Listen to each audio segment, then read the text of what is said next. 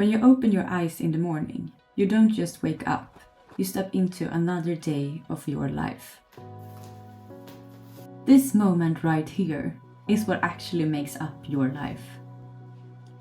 Your memories and experiences are your foundation, who you are, what you carry, and what you think about. And your future, no matter how real it feels, is still just smoke, a fantasy. This morning, I read that a school building in Indonesia had collapsed on the children, a horrible event that reminded me that our time on this earth is limited. You can never predict what will happen next. You can plan, think, and procrastinate, but life doesn't care. The only thing you have is now. So if today were your last day, what would you do? But before we get into that, a detour. Because while I was painting the base layer of my new artwork, something struck me. The act itself became a reminder of presence, repetitive strokes, no overthinking, just doing. It pulled me straight into the now, and it made me realize how often the simplest acts can open that door. And here's a quickie on painting base layers. My advice for you, if you want to try to do this at home, is to use something else than a cloth made for cleaning, because the cleaning cloth will soak up all of your color and leave you with a very thin layer of color. Maybe also with a cool pattern from the cloth. So try that if you want to. But if you want a thicker layer, I would say use another type of cloth, maybe a cotton cloth, or just a regular brush like I finished with. I started this painting some weeks ago, and now you're watching me finish it with some memory-filled strokes.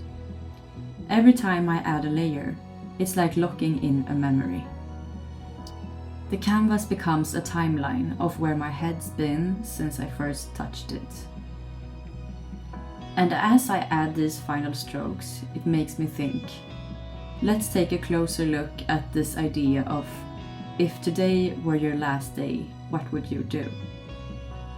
And the fact that the only thing we truly know for certain is that we have now. It's too easy to forget that life isn't waiting for us somewhere down the road. It's happening here, in this exact second. So I went down a rabbit hole and read a forum where people shared what they would do on their last day. You'd think it would be big bucket list stuff, but it wasn't. Most said ordinary things.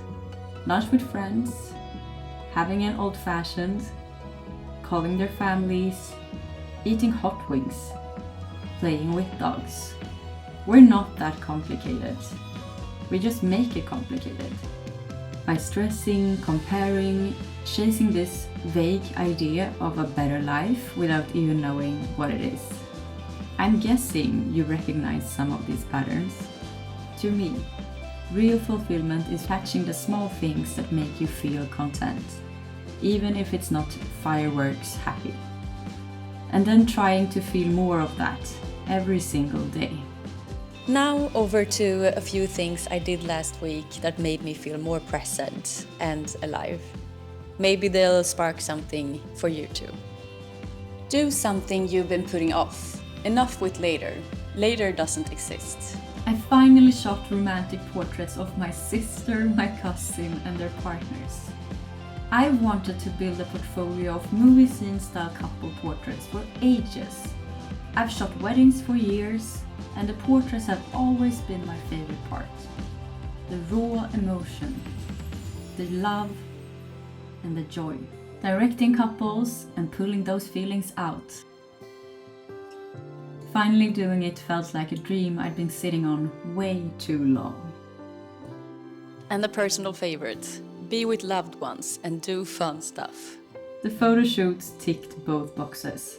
It wasn't just about creating, it was with people I love, which made it 10 times more valuable. And try something new. New experiences shake you out of autopilot.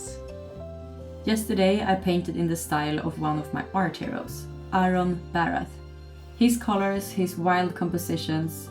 I even tried acrylic ink for the first time and I felt like I was back in kindergarten. Normally, I just save posts from artists into folders and never touch them again. This time I did it, and it hit so differently. That's what it's about, catching the moment before it slips, like a butterfly out of your hand, or the last ray of sun you'll see today. So, if today were your last day, what would you do?